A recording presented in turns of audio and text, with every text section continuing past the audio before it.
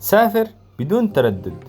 اليوم رحلتنا إلى مدينة جديدة بالقرب من مدينة إسطنبول، وهي مدينة يالوفا. تستطيع أن تذهب إليها بالباص أو بالبابور، يعني في السفينة. طبعا السعر في السفينة أقل وكذلك أسرع. مدة الرحلة تستغرق 1.5 ساعة، عكس الباص يستغرق 4 ساعات.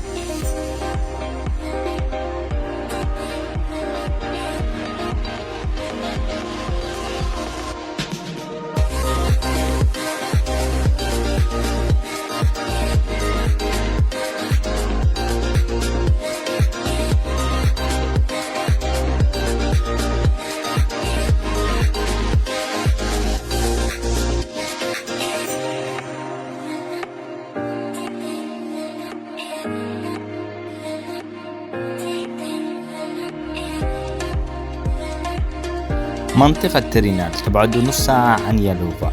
طبعا هذا المكان فيه حمامات ساخنة وكذلك مناظر طبيعية وشلالات، فأنصح الجميع عندما يأتون إلى يالوفا أن يذهبون إلى ترينال.